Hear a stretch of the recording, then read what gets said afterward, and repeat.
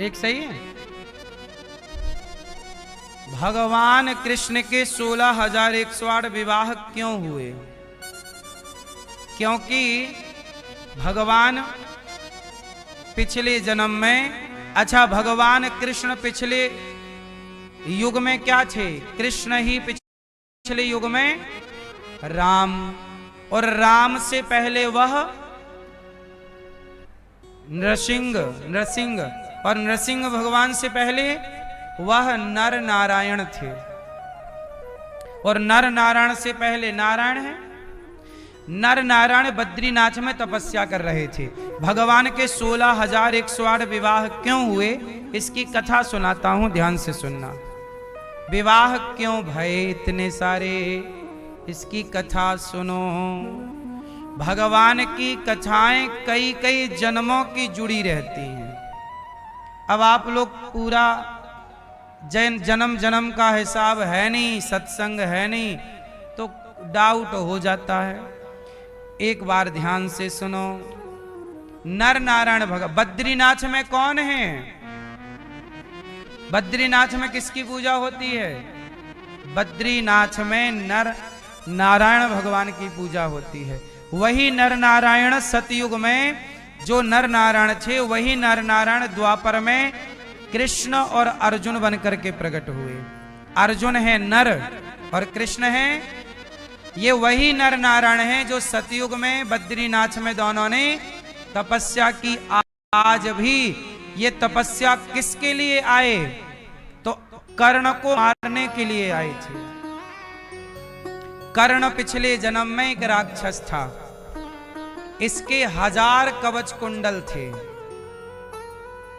कितने कुंडल थे? 1000 कवच कुंडल। ये मर किसी से नहीं रहा था कर्ण।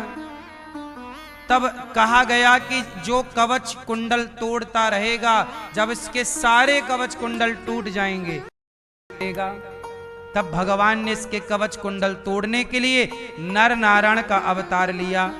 और जब नर जाके लड़े तो नारायण तपस्या करें, और जब नर थक जाएं तो नर तपस्या करने लग जाएं, नारायण जाके युद्ध करने लग जाएं। ऐसे एक एक करके टूटते गए तो 999 तो टूट गए, एक कवच कुंडल रह गया। बोले अब इसको द्वापर में मारेंगे। वही कर्ण बनकर प्रकट हुए और जन्म से ही कवच कुंडल लेकर के प्रकट हुए, और वही सतयुग के नर नारायण कृष्ण और अर्जुन बनकर के कर्ण को मारते हैं। ये तो एक कथा हो गई नर नारायण की, ये तो आपने सुनी भी होगी। पर एक दूसरी भी कथा है, और वह दूसरी कथा है कि नर नारायण जब तपस्या कर रहे थे बद्रीनाथ में, तो देवराज इंद्र ने अपने स्वर्ग की सारी अप्सराओं को भेज दिया, जाओ वो नारायण तपस्या कर रहे हैं, जरा भंग करो। तो स्वर्ग में टोटल कितनी अप्सराएं हैं? गए देखो भैया, सो रहे हैं, सुनो मैया, सुन लो मेरी मां। स्वर्ग में टोटल कितनी अप्सराएं हैं? 16,100। इंद्र ने सारी अप्सराओं को कहा, जाओ ये नर नारायण तपस्या कर रहे हैं, इनकी तपस्या बिगाड़ो। क्योंकि कोई भी तपस्या करता तो इंद्र घबराते कि कहीं अपना सिंहासन खतरे में ना चला जाए। तो अप्सराएं बढ़िया होती हैं, किसी को भी बिगाड़ना हो तो किसी को भी बिगाड़ने के लिए तब भी अप्सराएं ही थीं, और आज भी अप्सराएं ही हैं। बहुत ज्यादा बदलाव हुआ नहीं। पहले भी तपस्याएं कौन बिगाड़ती थीं, और आज भी लड़कों की पढ़ाई लिखाई कौन बिगाड़ रहा है? तब भी अप्सराओं का खेल था, आज भी अप्सराओं का खेल है। इसलिए छोराओं को समझाओ इन अप्सराओं से बच के रहें, वरना ये अप्सराओं ने संतों की तपस्याएं भंग की तो तुम्हारी पढ़ाई भंग होने में कितना टाइम लगेगा। पहले के साधु संतों की तपस्याएं तो फिर भी अप्सराएं भंग नहीं कर पाती थी। साधु जी डांट के भगा देते थे, चल। लेकिन आज की अप्सराएं तो आज के लड़कों को एक ही आई लव यू से भटका देती हैं। बोलो हाँ कि ना। लड़कों के पास एक आई लव यू आ जाए मोबाइल पे, उन्हें नींद नहीं आती, ऐसा लगता है खजाना मिल गया। ये सब आपके छोरों की बातें हम कर रहे हैं। जो तुम्हें लगता है छोरा सो गया, नहीं, रजाई आई लव यू खेल रहा है। आज के छोरा चतुर है, तुम्हें बता के थोड़ी सब करते हैं।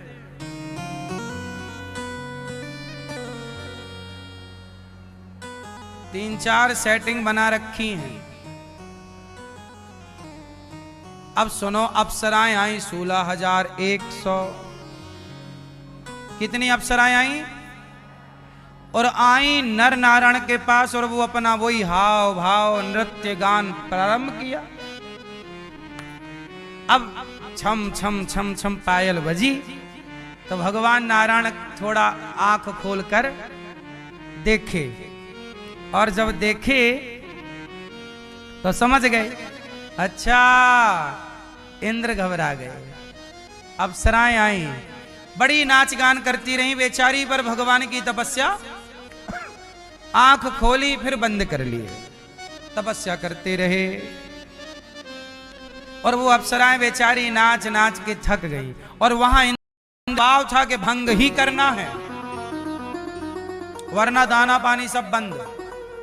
अब अप्सराएं करें क्या, उनका तो वहीं से गुजारा था, तनख्वाह इंद्र ही देते हैं, और तनख्वाह बंद तो भाई अब क्या करो। तो वे बिल्कुल पास में जाके छम छम करने लग गई। अब भगवान ने आंखें खोली, और आंखें खोली और कहा, देवी जाओ अपने स्वर्ग, यहां क्या कर रही हो। तभी भगवान ने अपनी जंघा पे कहा, ऐसे पटका, ऐसे। भगवान ने अपने जंघा पे क्या किया, हाथ ऐसे किया, तो भगवान की जंघा से एक सुंदर सी अप्सरा प्रकट हो गई, उर्वशी प्रकट हो गई। और जब वह अप्सरा प्रकट हुई तो वह इतनी सुंदर अप्सरा थी कि 16,100 जो अप्सराएं भगवान की तपस्या भंग करने आई थी, वो शर्मा गई कि इनके आगे तो हम कुछ भी नहीं है। तब भगवान बोले कि देवियों, मैं एक हाथ पटक दूं यहां तो ऐसी करोड़ों अप्सराएं पैदा हो सकती, तुम हमारा कुछ बिगाड़ नहीं सकती, इसलिए चुपचाप जाओ। उन सारी 16,100 कन्याओं ने अपना सिर चरणों में रख दिया भगवान के, और हाथ जोड़ के कहा, प्रभु आप तो भगवान हैं, आप तो कामदेव को प्रकट करने वाले हैं, आप तो ऐसे करोड़ों इंद्र को बनाने वाले हैं, भला हम जैसी अप्सराएं, हमारी जैसी करोड़ों आप प्रकट कर सकते हैं, पर प्रभु देवराज इंद्र के दरबार में हम लोग नाच नाच के थक गए हैं। युगों युगों से कितने पुरुषों को रिझाती चली आई, अब इस काम से हम थक गई हैं। प्रभु क्या हमारा कोई सम्मान नहीं है, क्या हमारी कोई इज्जत नहीं है, पुरुषों के आगे नाचने के लिए बनी हूं मैं। प्रभु आपसे मेरी प्रार्थना, आप सबकी झोली भरते हैं, आज हमारी झोली भरिए, और आज आप हमारे पति बनकर आप हमें पत्नी का गौरव प्रदान कीजिए। आप हमारे पति बन जाओ, हमें भी थोड़ा सम्मान मिल जाएगा कि हम भगवान की पत्नी हैं। भगवान बोले, देखो यदि अभी हमने ब्याह कर लिया तो इंद्र का मनोरथ तो पूरा हो ही जाएगा, आप अभी स्वर्ग जाओ, अभी आने वाला द्वापर युग है, मैं द्वापर में कृष्ण बनकर आऊंगा, और तुम सब आना, मैं तुम सब के साथ एक साथ विवाह करूंगा, और तुम सब 16,100 अप्सराओं को पत्नी बनाकर तुम्हें समाज में सम्मान दिलाऊंगा। जाओ। भगवान ने युग में वादा किया था स्वर्ग की अप्सराओं को, उन्हीं का वादा पूरा करने के लिए भगवान उन्हीं अप्सराओं से द्वापर में विवाह करते हैं। अब आप लोग कहते हैं भगवान ने इतने विवाह क्यों किए? आप पूरी बात जानते ही नहीं। भगवान को तो जो वरदान दिए थे, शाप दिए थे, वो सब पूरा हो रहा है ना, उनका सेटअप, उनकी पूरी प्लानिंग रहती है, कहां जाना है, किससे मिलना है। यदि भगवान किसी से मिल रहे हैं तो उससे मिलने की प्लानिंग भी कई युग पहले हो जाती है। कितने? शबरी से राम मिलेंगे,